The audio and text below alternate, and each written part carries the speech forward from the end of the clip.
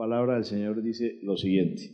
De acuerdo con el título de Anuncio de Virtudes, vamos a ir, como vamos en la carta de Pedro, seguimos en el capítulo 1, en la primera carta de Pedro, capítulo 2, versículo 9 en adelante.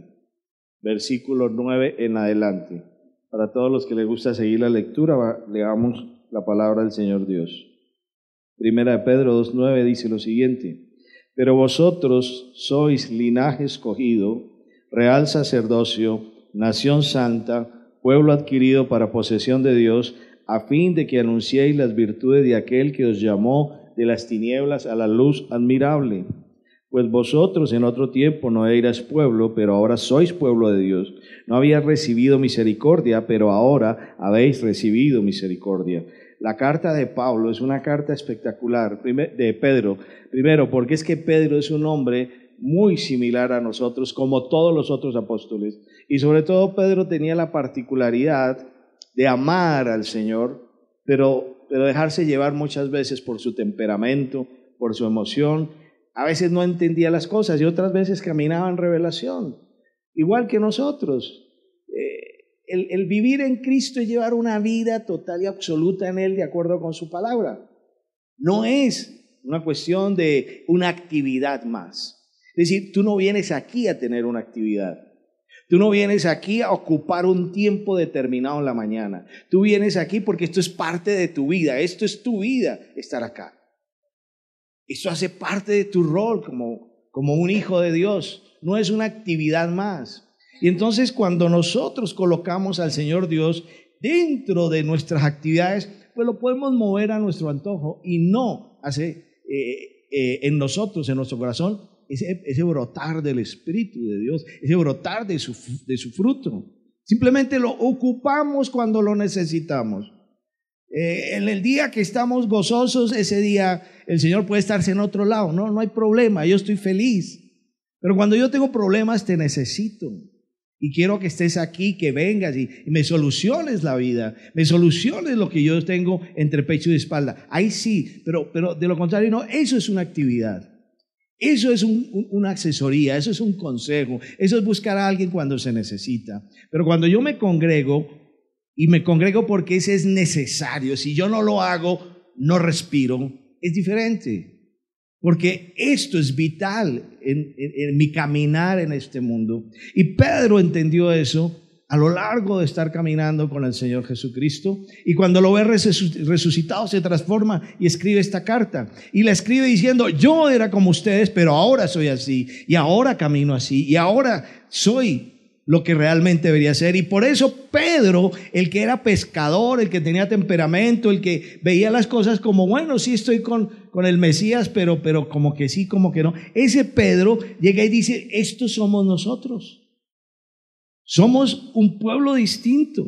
Somos un linaje escogido. Somos un real sacerdocio. Somos una nación santa. Imagínese Pedro, ahí está hablando casi como si fuera un estadista. Un pescador que iba a saber de nación, que iba a saber de sacerdocio, que iba a saber de monarquías, que iba a saber de gobiernos, que iba a saber de pueblos, que iba a saber de sistemas de vida. Y es que aunque nosotros no queramos, nosotros estamos inmersos en un sistema. Es un sistema que gobierna el mundo. Y ese sistema del gobierno mundano tiene una organización, tiene un orden. Y ese sistema rige a los que están en el mundo. Y todos los que estamos acá nos va a afectar ese sistema.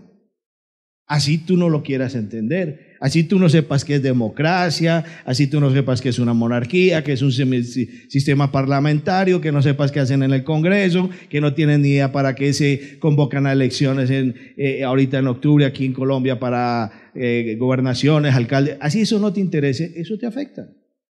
Porque ellos son los que determinan cuánta plata te van a sacar. Ellos son los que determinan muchas cosas. Y Pedro era igual que nosotros, pero después entendiendo, dijo: no, yo ya no pertenezco a ese sistema, yo soy otro. Ese Pedro, él se ve así, se ve como un hombre diferente que vive en un sistema diferente. Primero, con el pecado, el hombre decide salirse del gobierno de Dios y entrar en el gobierno de los hombres. Es decir, que el hombre me mande, que el hombre determine lo que yo quiero, que el hombre determine cómo lo debo hacer y que el hombre me haga su voluntad en mí. Cuando el hombre sale del pecado, comete pecado, se va a un gobierno humanista, antropocéntrico, egocéntrico. ¿Qué hace el Cristo en nosotros? Nos vuelve a llevar al gobierno de Dios.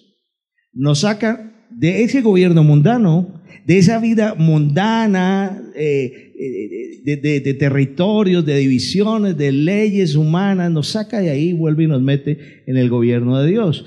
Es como si nosotros pasáramos de una democracia en la que estamos viviendo y lo metiéramos en un gobierno teocrático como fue el original.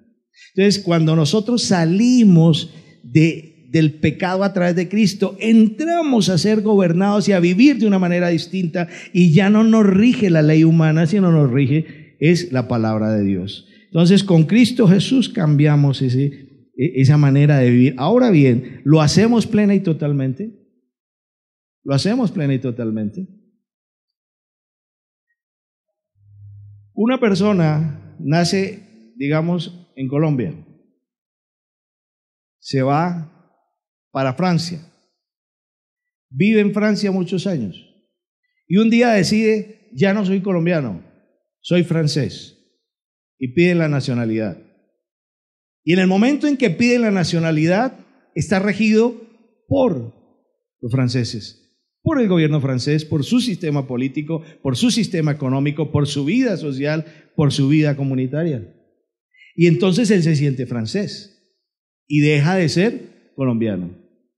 Tanto es así que puede renunciar a su nacionalidad colombiana. ¿Ok? Y deja de ser colombiano. Y cuando regresa con pasaporte francés. Y viene y visita a la familia y se regresa, porque él es francés. ¿Qué hizo ahí el hombre? Cambió el chip. Él ya no se adapta a la cultura de acá. Él ya no se adapta a donde nació. A pesar de haber nacido aquí, ya no se adapta. Ya no le gusta la cotidianidad. Incluso hasta la comida empieza a cambiar su manera de comer. Y empieza sus costumbres a cambiar, ¿cierto? Y tú lo dices, es el mismo, pero diferente.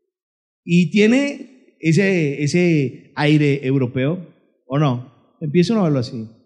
Lo mismo pasa cuando tú dejas esta nación mundana de donde nosotros venimos, que se llama tierra, que se llama mundo, que se llama sistema diabólico, y sales y el Señor te dice, ahora te adopto y ahora eres mío y de aquí en adelante eres pueblo mío, yo te adquiero como pueblo, por lo tanto ya no eres terrenal, sino eres celestial. Y empiezas a cambiar tu pensamiento y ya tú no piensas como piensan los terrenales, sea francés, colombiano, chino, indio, el que sea, sino empiezas a pensar como piensan los celestiales. Al igual que ese que se nacionalizó en Francia empieza a pensar como francés, los que estamos en Cristo empezamos a pensar como piensan los celestiales, porque ya no pertenecemos a este territorio. ¿Lo estamos entendiendo? Ese es el cambio que nosotros sufrimos. Y por lo tanto, pues vas a ser tan diferente que vas a recibir todos los beneficios de pertenecer a esa nueva nación.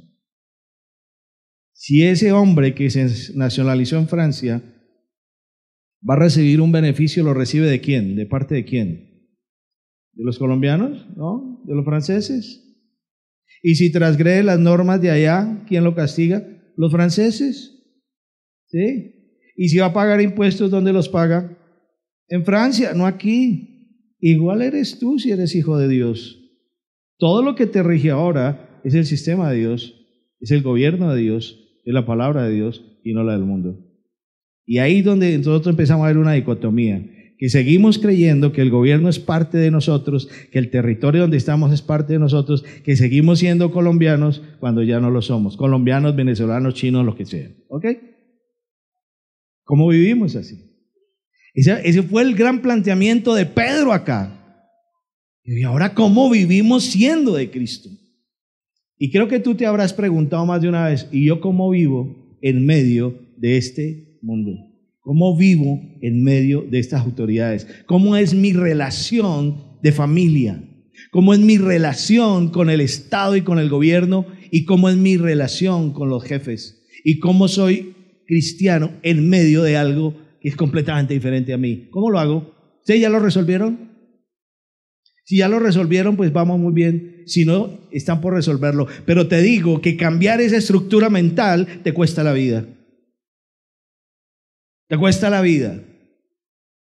Tienes que habituarte a vivir en la nueva nacionalidad, en la nueva mentalidad. Y si tú vas a estar siendo francés, pensando como colombiano, jamás vas a cambiar. Y si tú estando en París quieres un sancocho, jamás vas a cambiar. Es como irse a otro país y decirle, ay, mándeme una papita criolla con arepa paisa. Jamás vas a cambiar. O sea, tú estás allá, pero tu corazón está aquí. Y la gente que está en el mundo y se sale del mundo y entra a Cristo, pero sigue teniendo el sancochito y la papita criolla del mundo, su corazón está en el mundo, pero no está en el cielo. Eso es lo que le ocurre a la gente para poder cambiar su manera de pensar, que siguen estando en el mundo a pesar de decir que son cristianos. Y eso te va a producir un choque violento. Eso te va a producir una confrontación en la cual vas a desgastarte, te vas a desubicar. Eso no te va a permitir planear tu vida, eso no te va a permitir sobrellevar las situaciones económicas. Cuando viene una crisis te va a tirar al piso. Te va a tirar al piso porque no vas a saber cómo resolverla. Si como del mundo o como del cielo. No vas a saber cómo resolverla. Porque nunca la has resuelto en tu corazón. O tú estás en el cielo o estás con la gente de acá. Hermano. Y créeme que esa es una lucha feroz. Y si tú no la has librado y te has dejado llevar por la corriente, pues estás sucumbiendo en el mundo. A pesar de ser cristiano. Y entonces el venir aquí se te convierte en una actividad, no en parte de tu vida. ¿Ves? ¿Me estoy explicando? Entonces cuando yo entro a Cristo, entro al gobierno de Dios. Y resulta que cuando el Señor dice que pasamos a ser de Él, dice que tenemos un linaje. Linaje hace referencia a historia. Linaje hace referencia a ascendencia. Linaje hace referencia a nombre. A historia de tiempo atrás. ¿Y cuál es tu linaje? ¿Quién ha hecho tu historia? ¿El mundo o Dios? Mi linaje viene de Cristo. Y yo sé qué hizo Cristo. Sé de dónde viene y quién es Él. Y sé todo lo que hizo en la tierra. Sé que Él es Dios. Y mi linaje comienza cuando Dios dice, creó cielo y tierra. Digo, yo vengo del Creador. ¿Tienes linaje? Hay gente que cree que con el linaje hace mucho. Y claro, en el mundo hace mucho. Hay los que dicen, ¿usted qué linaje es? De los Borbón? ¿Qué le están diciendo? Los Borbón tienen toda una historia monárquica que comienza en el siglo tal y pasa por tal y tal. Tiene linaje. Y la persona dice, yo vengo de ahí. ¿O no? Eso es tener linaje. ¿De dónde viene usted? Y entonces, incluso la gente se busca su apellido, ¿dónde viene? ¿Será que mi apellido es español? Qué vergüenza.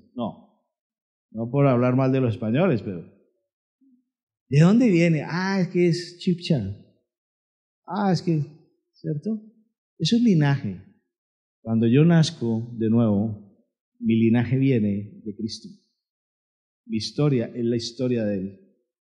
Mi trayectoria es la trayectoria de Él. Quien respalda mi vida es Él. Mi nombre es Él. Yo ya no soy Ruiz de la Torre Borbón. Soy hijo de Dios. Gracias a Cristo Jesús. Y tengo el poder del Espíritu Santo. El Eterno vive. Yo vivo en el Eterno. Amén. Ese es mi linaje. Eso eres tú. Ahora, si no quieres reconocer eso, es problema tuyo.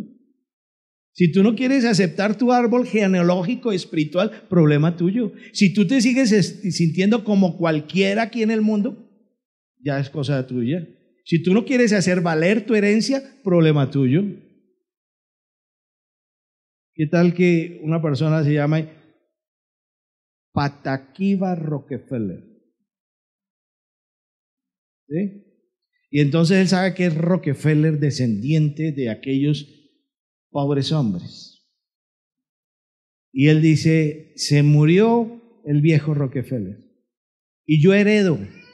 Y entonces dice, no, yo sí no, Yo no voy por mi herencia, pero te tocaron $2 billones. Ah, no, que se queden con esa plata. ¿Cómo no? Pero hay gente que es así, orgullosa de nada y de lo que no tiene. Y prefieren perder una herencia grande con tal de decir, ay no, ni que crean que me está haciendo falta, y está comiendo solo agua molida con viento raspado. ¿Ah? Yo sí tengo una herencia, y el día que llegue la hora de reclamarla, me voy embalado a reclamarla, porque mi herencia es el cielo. Tengo morada, tengo eternidad, tengo todos los tesoros del mundo, tengo la vida plena, tengo la vida abundante, la voy a reclamar. Apenas llegue el momento de reclamarla, ya tengo las arras de la herencia que es el Espíritu Santo, y con esas arras me voy a presentar ante el Señor Dios y le digo, vengo por mi herencia. Allá cada cual si quiere reclamarlo o no. Si ustedes no se sienten como hijos de Dios, pues no van a reclamar nada y se van a decir, no, pero yo qué, pero un orgullito. Cuando tú sabes que tienes linaje, tienes derecho a reclamar herencia. ¿Sí o no? ¿Cuántos quieren reclamar herencia? ¿Aquí o dónde? Algunos de la herencia lo único que dejan son deudas. ¿Estamos? Eso está en el linaje. Y además dice que somos ese pueblo adquirido por Dios. Cuando el Señor dice que nos adquirió, ¿sabe qué te está diciendo ahí? Te dio identidad. O sea, tú ya no eres cualquiera, tienes identidad. Cualquiera puede reconocer quién eres tú. ¿Ah? Por ahí apareció una señora que decía que era hija de Picasso. Y obviamente pues él dejó una herencia. Y entonces la gente dijo, ¿sí será o no será? Obviamente, ¿qué le hicieron? La prueba del ADN. Para infortunio de ella, no era hija de Picasso. Pero durante muchos días mojó prensa. Apareció hija de Picasso, heredera y tal. Y mojó prensa y al final dijo, se desinfló. Cuando a mí me adquirió Dios, ya tengo un ADN que me identifica como su heredero, como su hijo. Tengo una identidad. Soy hijo de Dios, soy de Cristo. Vivo en Él y para Él y por Él. ¿Ah? Entonces, alguien te puede hacer la prueba del ADN. ¿La pasas? Pasas la prueba del ADN espiritual. Alguien puede decir, sí, este sí es un verdadero hijo de Dios. Lo pueden decir. Como dijo Jesucristo de Natanael, este es un verdadero judío. Y el Señor, cuando tú sales de aquí, el Señor es el que va a decir allá en donde está tu lugar, dice, este sí es un verdadero hijo de Dios. Y entras. Pero si dice, este es chiviao, no entran. Aquí hay verdaderos hijos de Dios. Hermano, si tú estás tomando esta palabra como es, tu gozo debe estar brincando de gozo. Tu corazón debe estar brincando de gozo. Amén. Si lo estás recibiendo. Y entonces dice que tenemos una identidad porque fuimos adquiridos, es decir, pertenecemos al Señor Dios y tenemos una cultura, tenemos un rol social, tenemos una manera de hablar, de pensar, de actuar, tenemos un gobierno. A mí ya no me gobierna el mundo. ¿A ustedes quién los gobierna? Pero personalmente, desde que conocí esta palabra, llegó la gran revolución a mi vida que estaba esperando de tiempos atrás. Zafarme de la ignominia, de la esclavitud, de la burla, del sarcasmo, de la truhanería, de todo eso que significa vivir bajo el gobierno del mundo. Esto era lo que estaba esperando. Ya me gobierna un santo, un rey de reyes, una persona que es pulcra, sin mácula, fiel, leal, jamás me va a decir algo que no me cumpla, jamás va a dejar de cumplir lo que escribió y jamás me va a abandonar. Él es mi rey, Él es mi gobernante, Él es mi todo. Si tú lo estás creyendo, estás feliz. Pero si estás creyendo los que están haciendo campaña, vas a tener el corazón amargado. Espero que esté entendiendo lo que el Señor está diciendo acá. Y dice que además somos una nación Y esa nación tiene un sello y el sello de la santidad. Por lo tanto, todo lo que nosotros hacemos como nación es territorio, estado y gobierno. Básicamente esa es la definición. Pero si tú eres una nación, esa nación te la rige el Señor Dios. Y como nación que la rige el Señor Dios, es una nación santa. Por lo tanto, es una nación separada para Él, para el servicio de Él. No es una nación que Él coloca a ti para que le sirvas al mundo. No es una nación que Él coloca aquí para que sigas siendo del régimen diabólico. No es una nación para que tú te le humilles a los hombres. Es una nación para que te santifiques. Es una nación, ¿qué dice ahí? Santa. Se hace una nación de Él, para Él y por Él, y dependemos de Él y vivimos en Él. Amén. Oh, qué hermoso. Para mí esto es una revelación espectacular, es lindo. Por lo tanto, nosotros somos políticamente y jurídicamente regidos por Dios y no por las leyes del mundo. Tú cumples las leyes del mundo, pero no vives en función de las leyes del mundo. Yo vivo en función de la palabra de Dios. Porque viviendo en función de la palabra de Dios, trasciendo la ley humana y trasciendo el mismo mandato, y al trascender me vuelvo eterno, y al volverme eterno todo me favorece porque ya todo está cumplido. ¿Lo estamos entendiendo? Mire, para que a ti no te afecte una ley, tienes que cumplirla. Te lo repito, para que a ti no te afecte una ley, tienes que cumplirla. Porque cuando no la cumples, la ley te castiga. Y si tú no quieres que la ley te castigue, cúmplela. Y cuando tú la cumples, ya la ley no tiene que hacer nada contigo. ¿Lo estás entendiendo?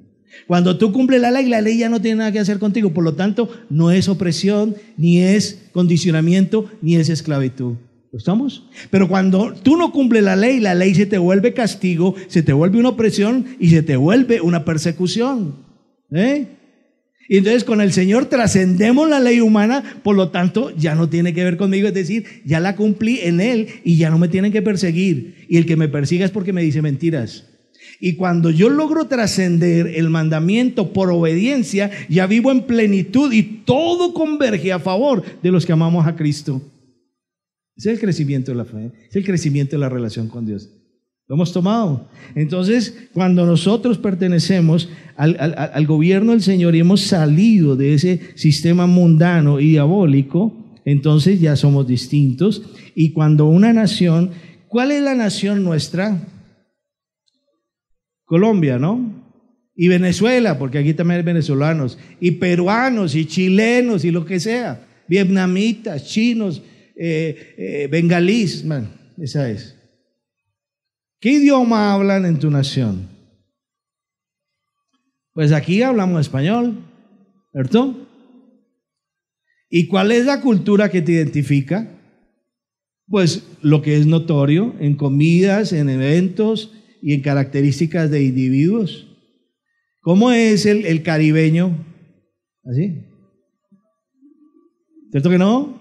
El caribeño se distingue por ser alegre y vivir de fiesta en fiesta. ¿Y cómo es el europeo nórdico, el londinense de Bruma? ¿Cómo es? O flamé, todo así, ceremonioso. Hay identidades, ¿verdad? Hay identidades. Y aquí tú te entiendes por eso. Tú no le puedes decir a una persona que viene de otro país, camine y nos comemos un ajiaco. ¿Y qué es ajiaco? Hay que explicarle. Y entonces llega y se lo toma con gusto, ¿verdad? No, lo prueba. Nos identificamos. Eso es ser una nación. Hay una identidad. ¿Ok? Ahora bien, si tú eres de la nación del Señor Dios, tienes un lenguaje. Y ese lenguaje tiene que ser conocido. Hermano, si tú hablas como la gente del mundo, no tienes lenguaje de tu nación santa. Y tienes una manera de vivir. Y si tu manera de vivir es igual a la del mundo, entonces no hay diferencia. Por lo tanto, no te identificas. Lo que te estoy diciendo es que realmente se hace notorio cuando un hijo de Dios está en cualquier lugar. Un hijo de Dios se nota en cualquier parte. Y si no... Ahora, ¿por qué nosotros nos tenemos que hacer tanto esfuerzo para vivir tranquila y reposadamente como hijos de Dios? ¿Por qué tenemos que disfrazarnos? Yo no he visto ningún gringo que venga y se disfrace aquí de indígena. Sigue siendo gringo. Y no he visto ningún gringo que se avergüence de ser gringo acá. Pero ¿por qué nosotros nos avergonzamos de ser cristianos en cualquier lugar? ¿Por qué a nosotros nos da de pronto, no, yo mejor no hablo de la Biblia, yo mejor no hablo como hablan los hijos de Dios? ¿Por qué? ¿Cuál es la diferencia? ¿Por qué no muestro yo quién soy, dónde estoy? Esa es la pregunta. ¿Por qué no lo muestro? Si el fulano que viene a otro lugar se siente orgulloso de donde viene y no niega su origen, ¿por qué tengo que negar mi origen si yo soy una nación distinta a ellos? Yo soy una nación distinta a todos los que están afuera. ¿Por qué voy a negar mi nacionalidad? Ese es el problema del cristiano. Ese es el problema del individuo que entra al reino de los cielos y no sabe comportarse en medio de un sistema del mundo. Ese es el gran problema. No saben cómo comportarse, no saben cómo hablar en grupos, no saben cómo tener amigos, no saben cómo manejar su economía, no saben cómo manejar sus reuniones, no saben cómo manejar su comportamiento. Y entonces terminamos comportándonos igual a los otros porque no sabemos cómo se comporta un hijo de Dios. ¿Lo estoy entendiendo? Yo quiero entenderlo todos los días más y más, porque yo tengo que ser un hijo de Dios que representa a su nación. Amén. Yo espero que esto esté quedando muy claro en el corazón de todos nosotros. Y para los que tienen duda de que somos un sistema diferente, les pongo este versículo, Isaías 33, 22. Dice, porque el Señor es nuestro juez, el Señor es nuestro legislador, el Señor es nuestro rey, Él nos salvará. Con la Revolución Francesa se dividen los poderes y se ponen pesos y contrapesos para que el gobernante no sea absoluto y salir de un sistema monárquico a un sistema de poderes compartidos para que haya cierto equilibrio y no haya supuestamente desfases del que está gobernando. Y entonces con la Revolución Francesa surge la república y surge la democracia con base en una división tripartita. ¿Cuál es? Eso lo aprendieron ustedes en cívica. ¿Cuáles son las tres ramas del poder público? Ejecutivo, legislativo y judicial. Y el Señor es juez, el Señor es legislador y el Señor es rey. El Señor es gobernante, o sea, es el ejecutivo. El Señor es el legislador, o sea, es el que establece las leyes. Y el Señor es el juez, por lo tanto es el judicial. Las tres ramas del poder las tiene Él. Esto se escribió 2000 y pico años antes de que viniera Cristo. Y cuando se escribe la profecía de Isaías, el libro profético de Isaías, ya estaba establecido que iba a haber tres poderes con los cuales se iba a gobernar el mundo, que estaban concentrados en el Señor Dios. Ahí nos estaba diciendo, tú no necesitas sino al Señor Dios para tener un poder equilibrado y vivir ordenadamente, porque yo te legislo, yo te juzgo y yo te gobierno. Y si tú acudes a mí, tendrás orden en tu vida como nación, como pueblo, como territorio. Pero el hombre nunca vio esto. Tanto es así que la Revolución Francesa, ¿siglo qué? ¿Siglo qué? Siglo XVIII. ¿Sí? Ahí les dejo el dato. Imagínense cuántos años pasaron para que el hombre entendiera que había tres ramas del poder público. Tres ramas del poder público que están en Isaías 33, 22. El judicial, el legislativo y el ejecutivo. Yo quiero que tú veas que la Biblia sabe todo. Cuando yo empecé a ser profesor universitario, después de conocer la Biblia, dije, de haberme ahorrado una cantidad de esfuerzo, devanándome los sesos, estudiando libros y libros sobre sistemas políticos para saber que todo estaba aquí escrito en la Biblia. Y fuera de eso estaba desde Isaías. Y yo descubriendo, cogía Maurice Duverger, ¿sí? Constitución política, instituciones. Dije, no, mira. Y ya estaba escrito en la Biblia. Me sentí como tonto. Por lo tanto, si tú necesitas quien te legisle, ¿quién lo va a hacer? El Señor Dios. Si necesita quien te gobierne, ¿quién lo va a hacer? El Señor Dios. Y si necesitas quien te juzgue, ¿quién lo va a hacer? El Señor Dios. Por eso, nada de lo que a ti te pase se queda sin juicio. Todo juicio lo hace el Señor. Lo que hagas tú y lo que hagan contigo será juzgado. ¿Estamos entendiendo? Todo lo que están haciendo todos estos señores que desconocen la palabra, que están gobernando, van a tener que rendir cuentas delante del juez por habernos tratado como nos está tratando. Eso es lo que ellos creen, que nunca van a rendir cuentas. Si tú necesitas que te organicen la vida a través de la norma, que sea el Señor el que te la organice a través de su palabra y de sus mandatos. Esa es la norma. Y cuando tú cumples esa norma, vuelas. Y cuando tú necesitas a alguien que te dé como gobierno salud, ¿qué es lo que tiene que hacer un gobierno? ¿Qué tiene que proveer? Las necesidades básicas. Esto parece una charlita primaria de estudios políticos, pero si es así, es que tú tienes que conocer esto. ¿A ti, para qué nombran a un gobierno? ¿Para que roben? No, pues roban, pero ¿para qué es? Para que te provea tus necesidades básicas: educación, salud, vivienda, recreación, trabajo. Para eso se nombra un gobierno. Y entonces por eso es que tú le exiges al gobierno. Y por eso hay paros y huelgas y protestas. Y necesitamos trabajo, necesitamos que nos arregle la CPS, necesitamos que la pensión. Para eso son los gobiernos. Por eso pagamos impuestos, para que ellos regulen la satisfacción de nuestras necesidades básicas. ¿Lo estamos entendiendo? O sea, es que uno no puede andar como tan despalomado en este mundo que desconoce cómo funciona.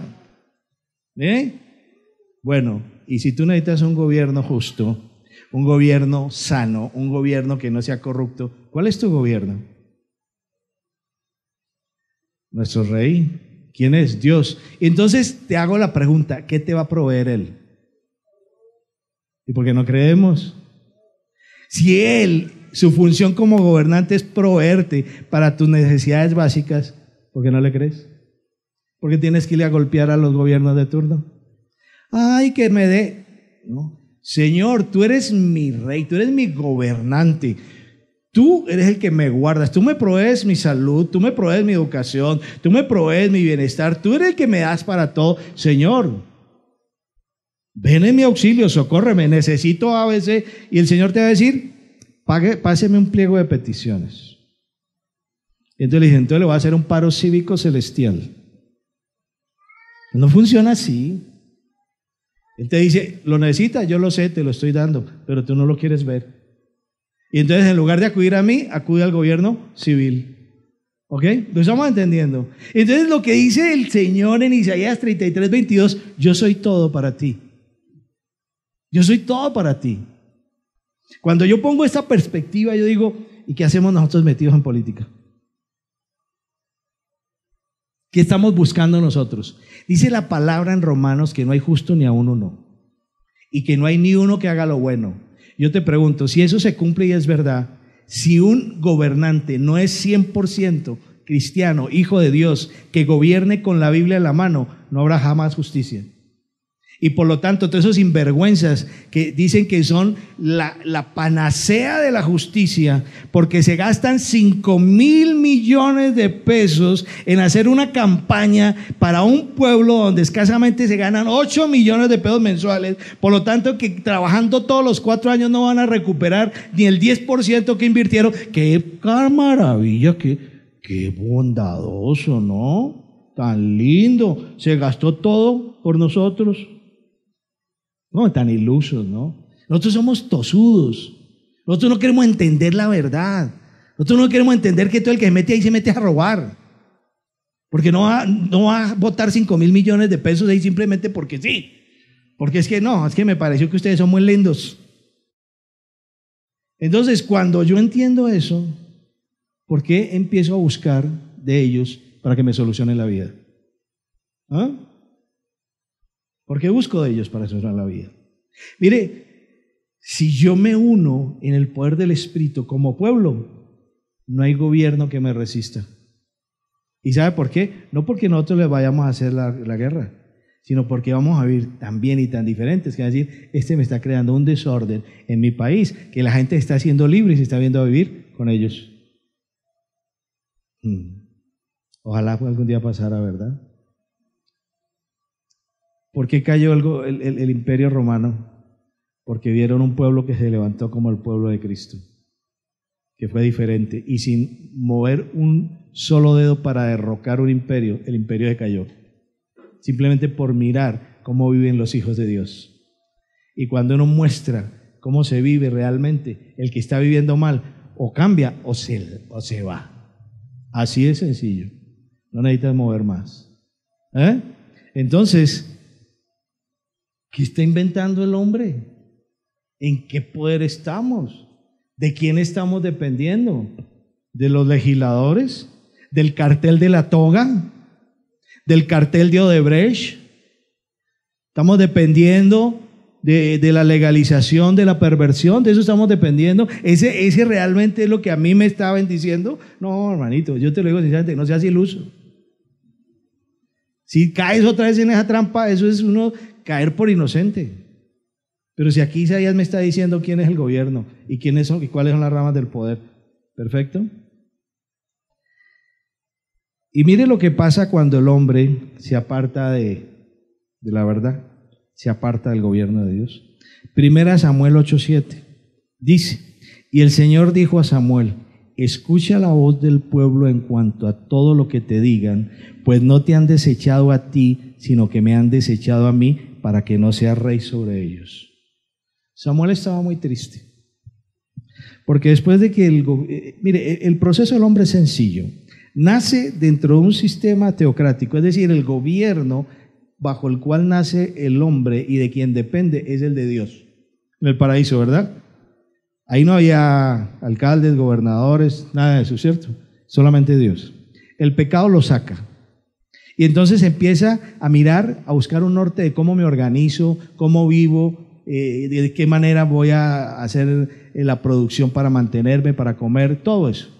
Y entonces el Señor le va guiando, adquiere un pueblo que es el pueblo judío y le enseña al pueblo judío cómo es que tiene que vivir bajo el gobierno de él y le da unas normas y de ahí entonces le nombra unos jueces, dice hay unos jueces para que te gobiernen, y por último se cansan de los jueces y ven que las naciones impías tienen rey y entonces un día llegan y se paran frente al profeta Samuel y dicen: queremos rey como los demás pueblos, es decir, queremos un gobierno humano como los demás pueblos.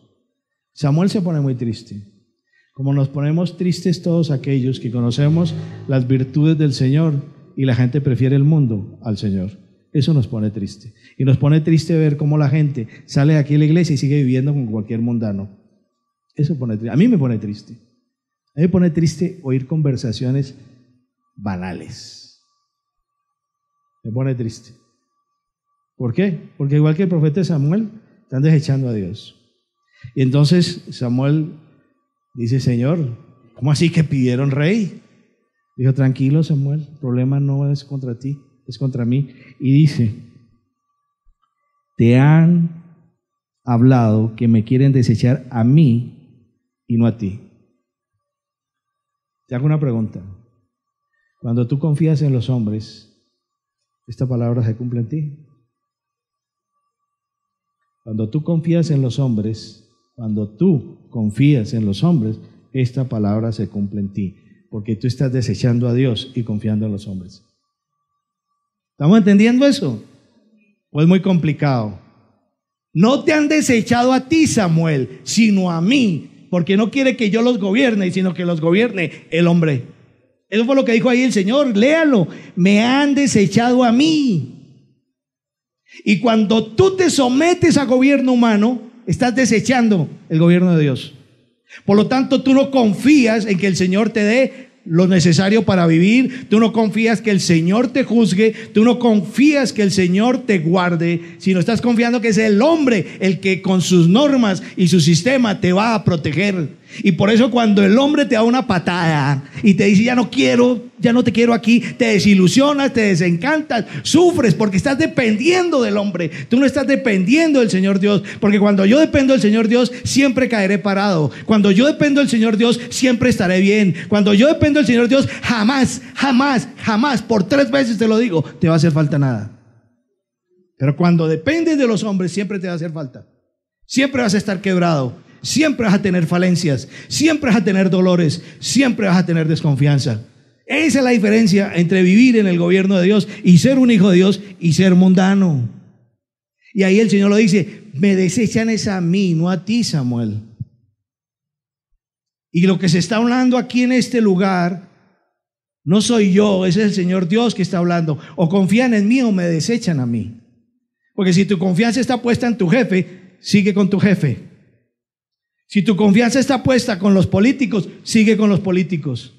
Si tu confianza está puesta con el que te da el subsidio, sigue con el que te da el subsidio. Si tu confianza está puesta en tus amigos, sigue con tus amigos.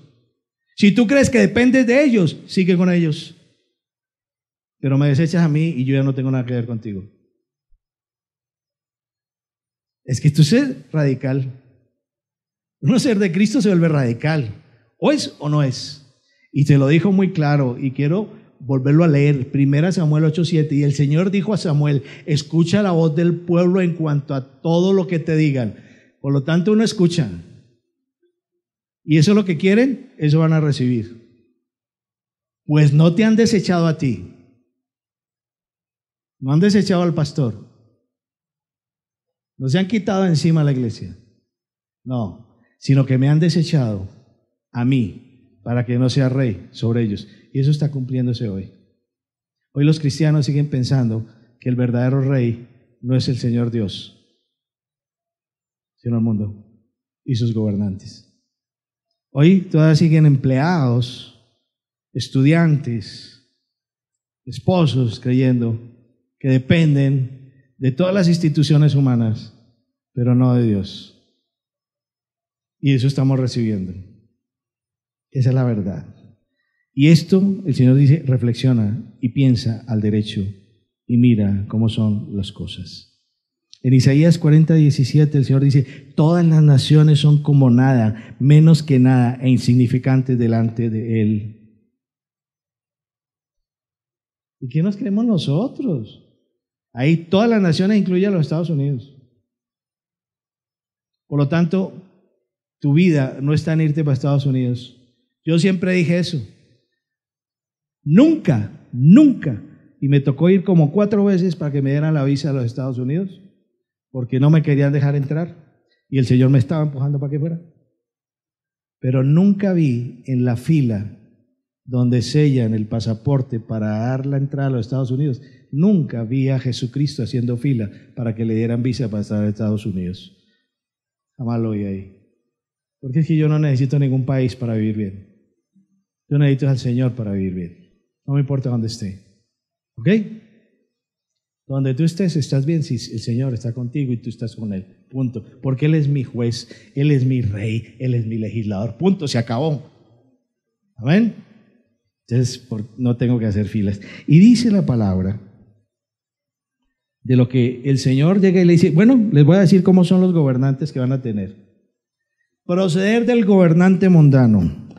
Si a bien tienen, pueden abrir su Biblia en 1 Samuel 8:11. 1 Samuel 8:11, vamos a leer hasta el 18 o hasta el 20, hasta donde el Señor quiera.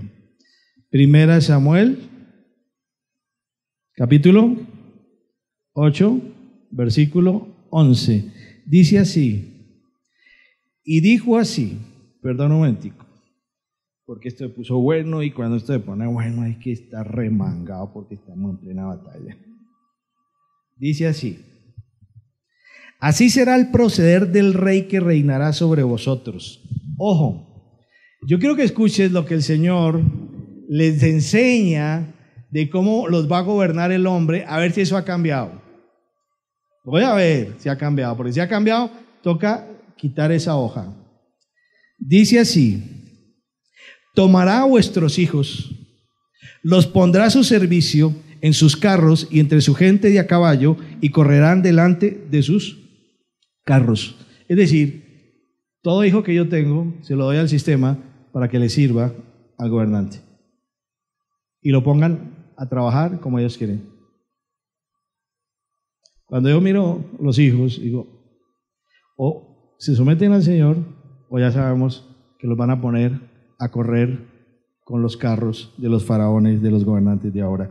Dice: nombrará para su servicio comandantes de 1000 y de 50 y a otros para labrar sus campos y recoger sus cosechas y hacer sus armas de guerra y pertrechos para sus carros. Organiza el sistema de tal manera, el gobernante que pone a trabajar a la gente de diferentes maneras para que le produzca y le dé más riqueza. Eso es lo que está diciendo ahí. Y fuera de eso, para que le cuiden su riqueza, monta un ejército, es decir, tiene un servicio que son celadores vestidos de verde, llamados militares, para que le cuiden su riqueza. Y ellos son los que tienen que dar la vida para que le guarden su riqueza. Por lo tanto, ahí está diciendo, ese gobernante lo que va a hacer es, te va a poner a trabajar, pone tu generación tras generación, hijo tras hijo, los va a poner a trabajar para que él se enriquezca. Y en la medida que se enriquece, él organiza también a toda su guardia para que no le roben lo que él está ganando con el trabajo de otro. ¿Sí? Y entonces, si es necesario, los pone a que se maten.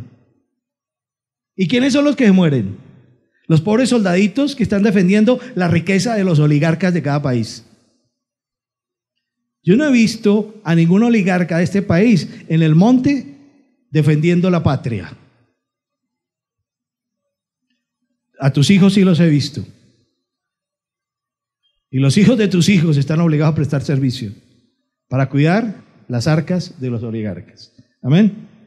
Y dice, tomará también a vuestras hijas para perfumistas, cocineras y panaderas. Hay un menosprecio total a la mujer. La esclavizan, la utilizan y la arrancan del seno de su familia para ponerla a producir y darle placer a esos gobiernos. ¿Está escuchando? Yo no sé si eso pasa hoy. No sé, pero en un momento el Señor le dijo, así van a ser. ¿Ok? Tomará lo mejor de vuestros campos, vuestros viñedos y de vuestros olivares y los dará a sus siervos. Por lo tanto, la rosca está establecida ahí. Eso es una rosca. Dice, todos ustedes trabajan y lo que ustedes ganen, parte de lo que ganen, yo se lo voy a dar a mis amigos. Es decir, a los siervos del rey, a los siervos del gobernante. Eso se llama a sus ministros, eso se llama a sus amigos de estudio, eso se llama a sus amigos de dinero, eso se llama la rosquita. Entonces fíjese que cuando uno conoce las grandes instancias, siempre hay unos que son privilegiados. Hay unos que no pagan impuestos, hay unos que andan en carros oficiales, hay unos que viven a costilla de lo que les da el gobernante. Por ejemplo, se pueden inventar la revisión tecnomecánica para enriquecer a 2 o 3. ¿Esos quiénes son? Los amigos del gobernante. Por ejemplo, pueden comprar un lotecito en 100 millones y en un solo decreto lo convierten en zona franca y termina costando 5.000, 10.000 o 20.000 millones para que esa carnecita y esos huesecitos puedan comer. No sé si ustedes entendieron de quién estoy hablando. Esos son sus amigos. ¿Y quiénes trabajaron para eso? Todo el pueblo trabaja para esa rosca.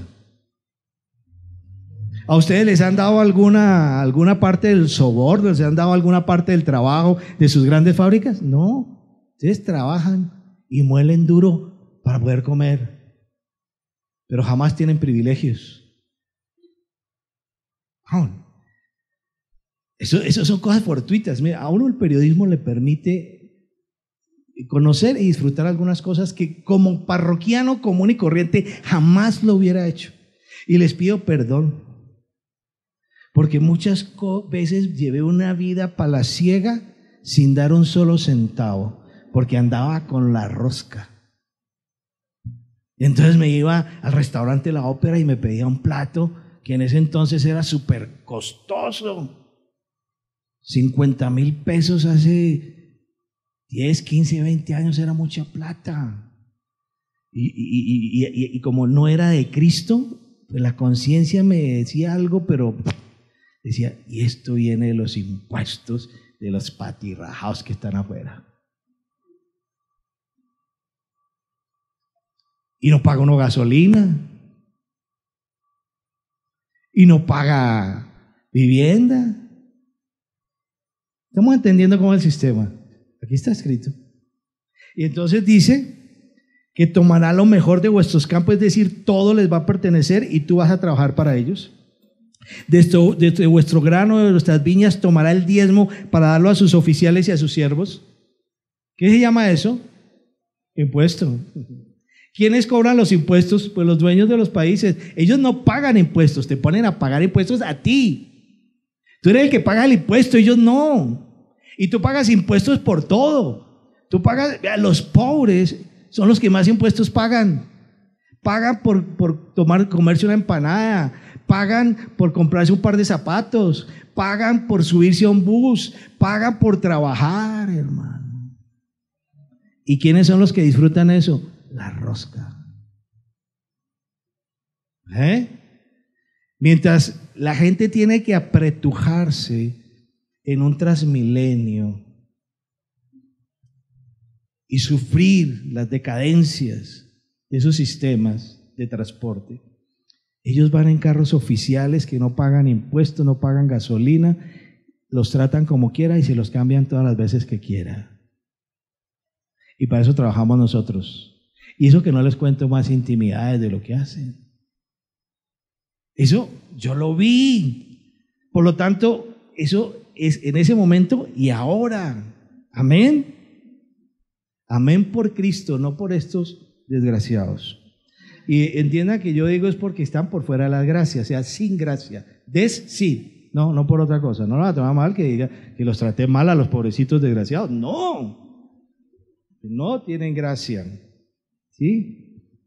Dice: tomará también vuestros siervos y vuestras siervas, vuestros mejores jóvenes y vuestros asnos, y los usará para su servicio. Todo para ellos. Hermano, es que esto está escrito y no ha cambiado. Y dice, versículo 18, pónganle atención: ese día clamaréis por causa de vuestro rey, a quien escogisteis para vosotros, pero el Señor no responderá en ese día. Esa parte es la que me parece dura. Dice que nosotros, cuando escogemos el gobierno humano, dice que llegará el momento en que nos pone a gemir y nos pone mal, porque con un salario mínimo se sufre mucho. Con una vida recortada en servicios se sufre mucho. Cuando uno va a pedir una cita a la salud y se la dan 4 meses después, y entonces tiene que ir el hijo de la que pidió la cita para decir: de una vez me piden el acta de función. ¿Sí? Se sufre. Y entonces ese día es cuando la gente gime. Hoy están todos en manifestaciones públicas. Hoy están escuchando al fulano, al sutano y al mengano. Hoy están comiendo tamal. Hoy están recibiendo tejas. Mañana van a gemir. Porque eso les representó no salud, no vivienda, no trabajo, no nada. ¿Cierto? Y entonces van a decir: Señor, Señor, ayúdanos, socórrenos. ¿Y qué dice la palabra? Y ahí es donde yo quiero que tú reflexiones. Ese día tú vas a clamar, pero el Señor no responderá ese día. Hasta que tú no entres en una total dependencia al Señor Dios, Él no te va a responder. Hasta que tú realmente no digas 100%, dependo de Él. El Señor dice: sigan el juego, hasta que algún día diga: yo dependo de ti, totalmente de ti. Por eso a veces es bueno pasar por pruebas, porque la prueba me lleva a realmente decir: sí, Señor, yo dependo de ti. Por eso es bueno.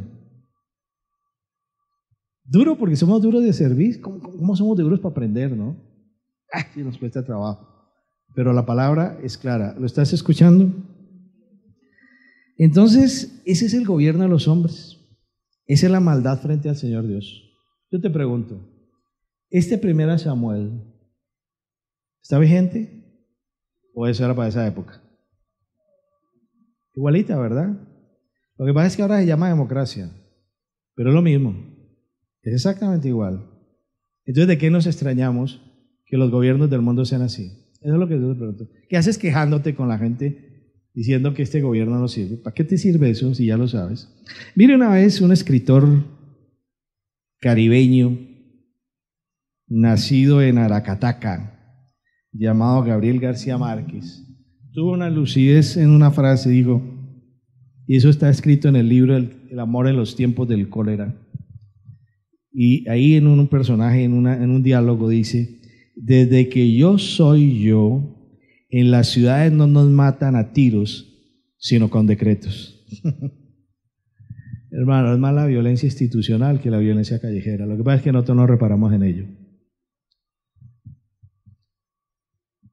A veces es preferible que lo atraquen a uno, a que lo tengan muriendo agónicamente frente a un hospital. Lo primero se llama violencia callejera, lo segundo se llama violencia institucional. A veces es preferible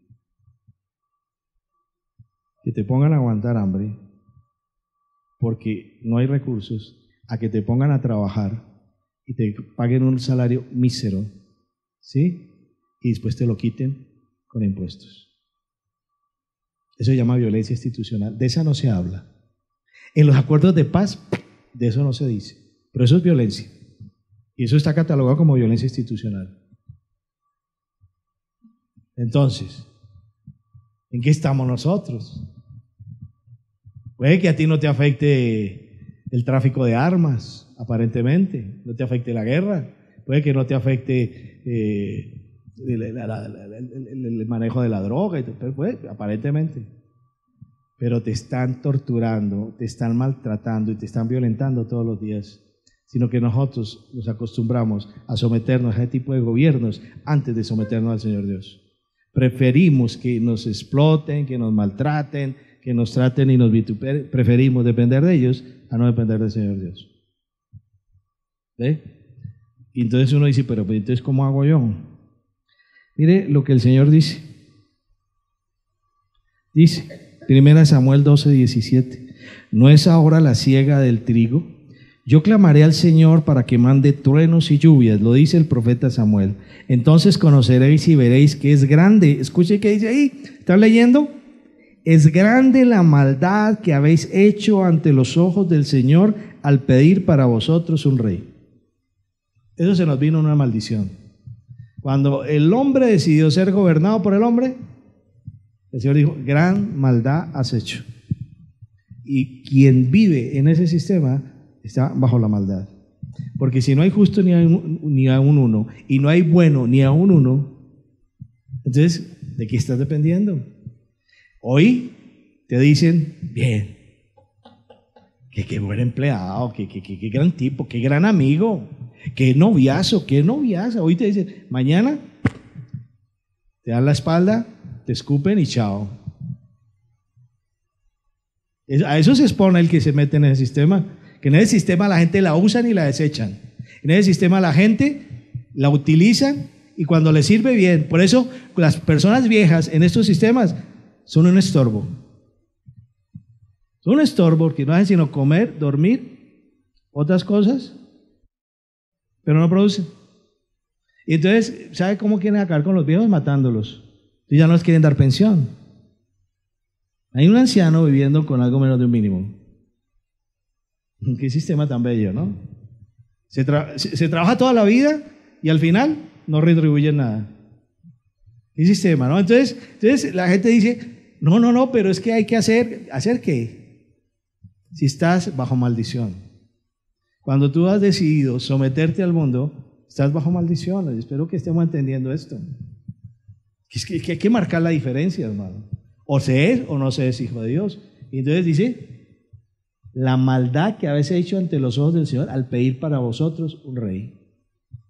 Y entonces Samuel, para que viera que fuera cierto, ahí más adelante en el pasaje, él clamó y mandó el Señor truenos y lluvias.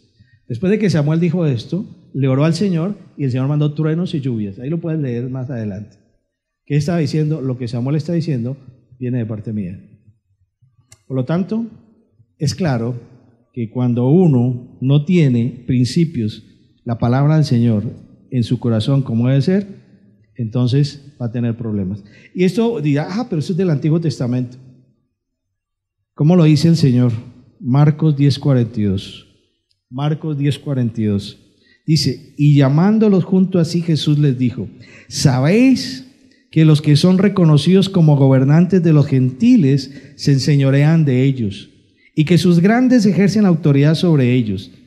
Ratificando lo de Samuel. Pero entre vosotros no es así. ¿Quiénes son vosotros?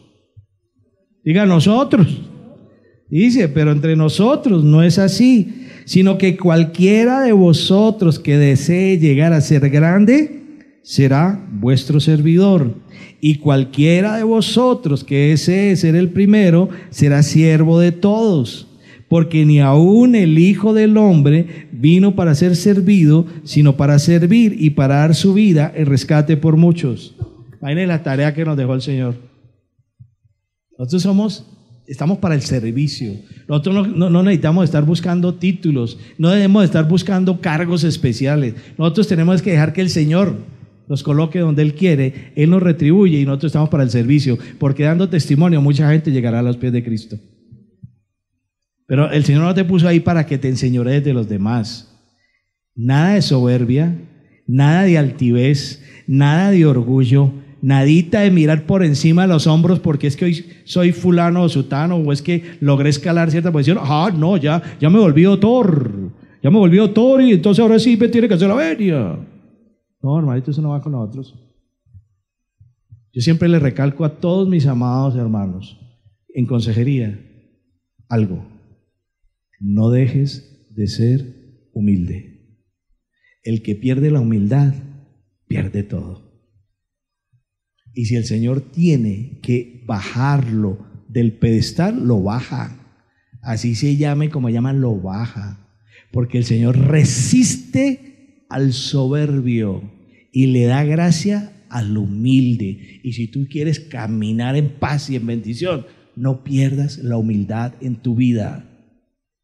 Porque el Señor, que es Cristo Jesús, siendo Rey de Reyes, Señor de Señores, nombre sobre todo nombre, no tuvo en poco en dejar su divinidad, bajar a la tierra, humillarse y morir en la cruz. Y si Él hizo eso y lo está diciendo ahí, ¿nosotros quiénes somos para creer que podemos hacer más que Él?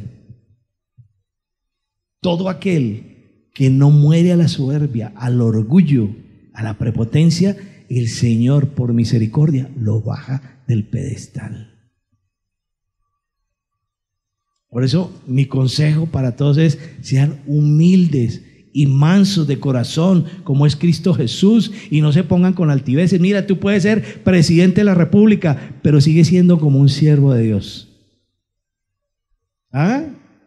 No, que no se te suban los humos, o porque sabes, o porque eres, o porque ganas. Eso no es tuyo. Mira, el Señor Dios le puede quitar a cualquiera en un instante lo que tiene. Puede tener 10 palacios y se los puede destruir en un instante, los 10 palacios. Tú puedes tener mucha riqueza y te la puede quitar en un segundo. Te puede meter una quiebra que te deja montando en burro y ni siquiera en Transmilenio. El Señor lo puede hacer. Por lo tanto, ¿de qué te ufanas? ¿Qué es lo que tú tienes? Tú no tienes nada. Tú no tienes nada. Es el Señor el que te lo tiene, es el Señor el que te guarda, es el Señor el que te sostiene. Pero si Él quiere, te lo quita, y te lo quita de un día para otro. Y terminas volviendo a repetir zapatos y pantalón y camisa durante 3 días como antes no querías hacerlo. No pierdas la humildad. Entonces el Señor dijo: entre nosotros no es así. Y que te quede claro, entre nosotros no es así. Y la medida de nuestra estatura es Cristo Jesús. Y si el Señor vino a servir, nosotros tenemos que hacer lo mismo. Y si tenemos que dar la vida por el servicio a Cristo, lo tenemos que hacer. No podemos ser más que el Señor. Y no podemos ser inferiores a lo que el Señor hizo. Ya voy concluyendo, porque esto no queda cojo. Primera de Pedro 2, 12 a 21. Yo voy a leer y ahí están las conclusiones. Simplemente quiero que vayamos concluyendo para que se den cuenta que todo tiene una razón de ser.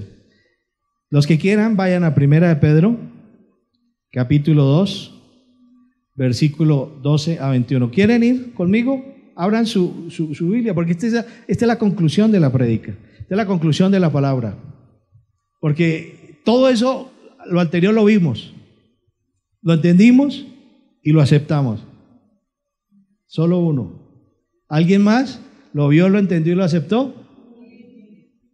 ¿Seguro? Pero ¿y ahora cómo lo aplicamos? ¿Les interesa aplicarlo? ¿Cuántos quieren aplicar la palabra? ¿Sí? Entonces abran su Biblia en Primera de Pedro, capítulo 2, versículo 12 a 21. ¿Estamos ahí? Dice, voy a leer desde el 11.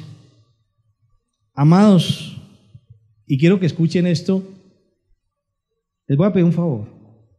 Métanse en la palabra. Yo creo que puede haber un poquito de cansancio por la predicación, pero métanse en la palabra y métase ahí y mírese ahí y discierna lo que está ahí y que eso le quede en el corazón. Amados, os ruego como a extranjeros y peregrinos que os abstengáis de las pasiones carnales que combaten contra el alma. Primero, nosotros no tenemos por qué vivir en la carne y nos tenemos que abstener de ello. Nosotros debemos vivir en el Espíritu. Ahí no hay posibilidades. Versículo 12. Mantened entre los gentiles una conducta irreprochable, a fin de que en aquello que os calumnian como malhechores, ellos, por razón de vuestras buenas obras, al considerarlas, glorifiquen a Dios en el día de la visitación. 13. Someteos por causa del Señor. Vuelvo y leo. Someteos por causa del Señor a toda institución humana, ya sea al rey como autoridad, o a los gobernadores como enviados por él para castigo de los malhechores y alabanza de los que hacen el bien. Dice, versículo 15, porque esta es la voluntad de Dios, que haciendo bien hagáis enmudecer la ignorancia de los hombres insensatos. Andad como libres, pero no uséis la libertad como pretexto para la maldad, sino empleadla como siervos de Dios. Honrad a todos, amad a los hermanos, temed a Dios, honrad al rey. Siervos, estad sujetos a vuestros amos con todo respeto, no solo a los que son buenos y afables, sino también a los que son insoportables. Porque esto haya gracia, si por causa de la conciencia ante Dios alguno sobrelleva penalidades su sufrimiento sufriendo injustamente. Pues, ¿qué mérito hay si cuando pecáis y sois tratados con severidad lo soportáis con paciencia? Pero si cuando hacéis lo bueno, sufrís por ello y lo soportáis con paciencia, esto haya gracia con Dios. Porque para este propósito habéis sido llamados. Ese es nuestro llamamiento. Pues también Cristo sufrió por vosotros, dejándoos ejemplo para que sigáis sus pisadas, el cual no cometió pecado, ni engaño alguno se halló en su boca. Y quien cuando escucha muy bien, cuando lo ultrajaban, no respondía ultrajando. Cuando padecía, no amenazaba, sino que encomendaba a aquel que juzga con justicia. Y él mismo llevó nuestros pecados en su cuerpo sobre la cruz, a fin de que muramos al pecado y vivamos a la justicia, porque por sus heridas fuisteis sanados. Pues vosotros andabais descarriados como ovejas, pero ahora habéis vuelto al pastor y guardián de vuestras almas. Esa es tu vida, mi hermano, y para eso estás llamado. Creo que las palabras son claras. Nosotros no vinimos aquí sino a dar buen testimonio.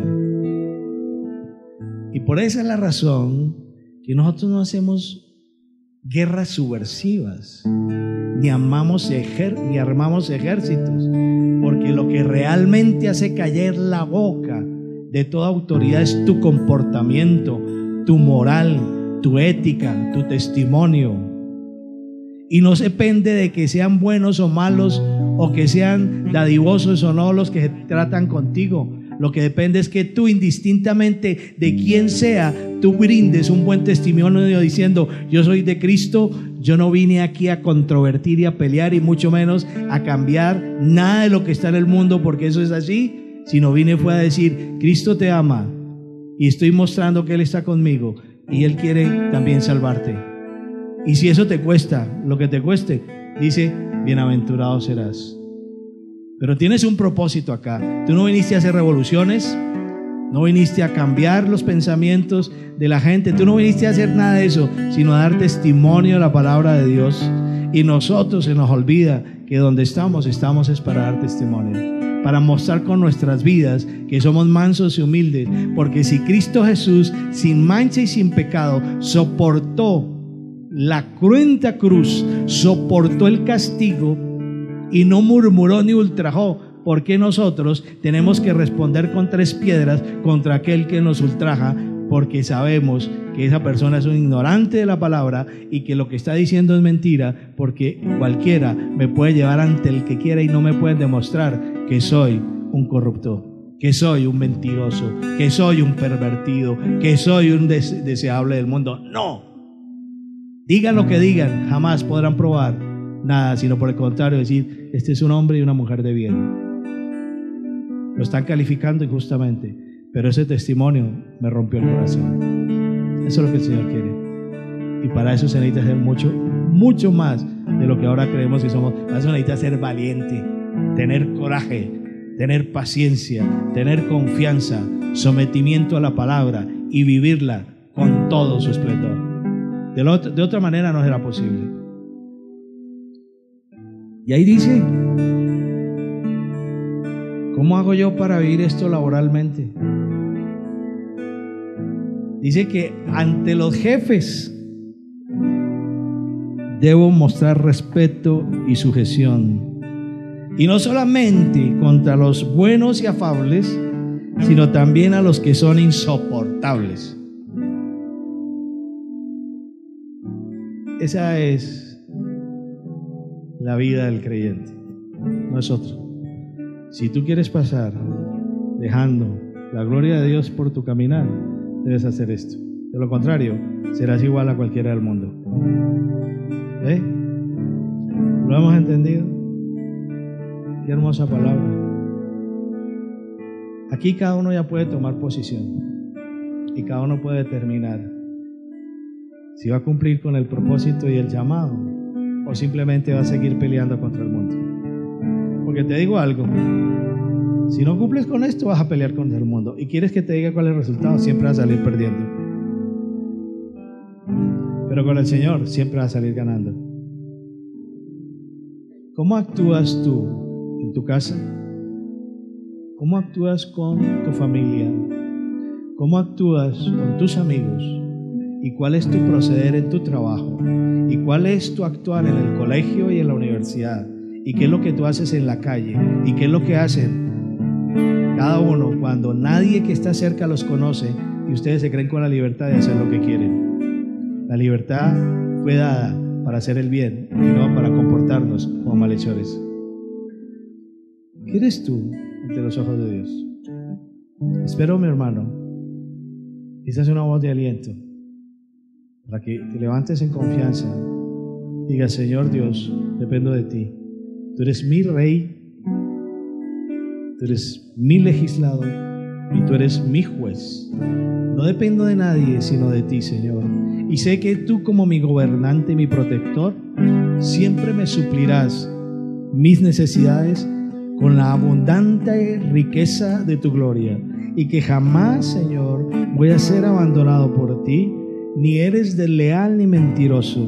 Por el contrario, tu sí es sí y tu no es no. Y toda palabra que está escrita en la Biblia que tú me regalaste para vivir es sí y amén. Y por lo tanto, Señor, de hoy en adelante yo me levanto confiado en ti cada día a decir, Señor, tú eres mi proveedor. Señor, tú eres mi guardador. Señor, tú eres el que me educas y me formas y me transformas. Gracias, Señor. Dame la fuerza, la inteligencia y la sabiduría para perseverar hasta el fin. Padre, el obrar tuyo en mí permita que mi mente cambie y permita que mi conducta sea distinta y que sea una conducta de acuerdo con tu palabra, y que yo dé buen testimonio y cumpla con el llamamiento de ir a soportar a este mundo, pero con tal de ganar almas para ti, lo hacemos con pundonor, con alegría y con todo nuestro entusiasmo, Señor. Habrá momentos, Señor, que podemos estar flaqueando, y yo te pido que en ese momento venga el soplo, el silbo apacible de tu Santo Espíritu y nos levante, Señor. Guarda a este tu pueblo en buen testimonio, guárdalo de todo mal y peligro. No permitas que el mal toque su morada y no permitas que sus vidas vayan a ser vituperadas por el mal testimonio, Señor. Que ellos pongan la cara siempre en alto diciendo: aquí hay verdad y vida, Cristo Jesús en mí.